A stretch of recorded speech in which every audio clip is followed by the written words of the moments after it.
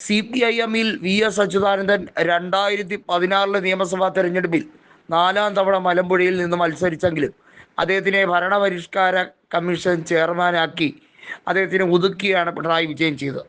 പിണറായി വിജയൻ മുഖ്യമന്ത്രിയായി അധികാരത്തിലേക്ക് ഏറിയതോടുകൂടി പിണറായി VS പോര് അവസാനിക്കുന്ന രീതിയിലേക്ക് CPIM അതിൻ്റെ എല്ലാ രീതിയിലും അതിനെ കെട്ടുകെട്ടിച്ചു. എന്നാൽ ഇപ്പോൾ പിണറായി വിജയനെതിരെ ശക്തമായ അഭിപ്രായം പറയാൻ കഴിയാതിരുന്ന പലരും തുറന്നടിച്ചുകൊണ്ട് രംഗത്ത് വരുന്ന ഒരു കാഴ്ചയാണ് MA ബേബി ജനറൽ സെക്രട്ടറി ആയതിനു ശേഷം ഉണ്ടായിരിക്കുന്നത്.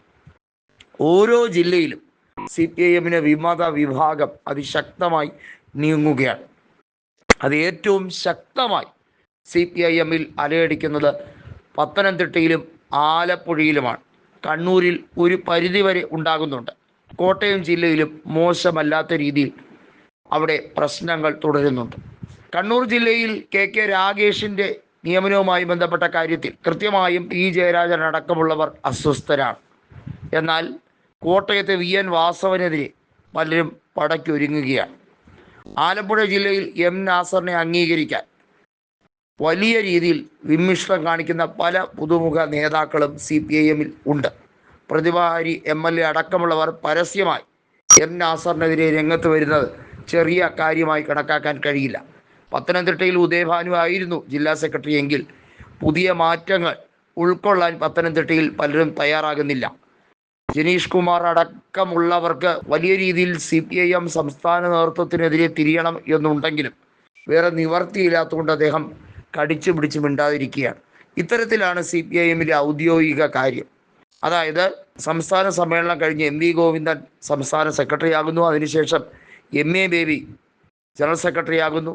വാസ്തവത്തിൽ ജനറൽ സെക്രട്ടറി സ്ഥാനം എന്നത് CPIM-ൻ്റെ കണ്ണൂർ ജില്ലാ സെക്രട്ടറിയേക്കാളും ചെറുതാണ് എന്ന് എല്ലാവരും മനസ്സിലാക്കി കഴിയുന്ന സാഹചര്യമാണ്. കാരണം അത്രയേറെ CPIM കേരളത്തിന് പുറത്ത് ശോഷിച്ചു പോയതുകൊണ്ട് തന്നെ CPIM-ന് ഒരു രീതിയിലും ഒരു വോട്ട് പെർസെൻറ്റ് പോലും 10% കൂടുതൽ നേടിയെടുക്കാൻ ത്രിപുരയല്ലാതെ മറ്റൊരിടത്തും കേരളം വിട്ടാൽ കഴിയുന്നില്ല എന്നുള്ളതാണ് സത്യം.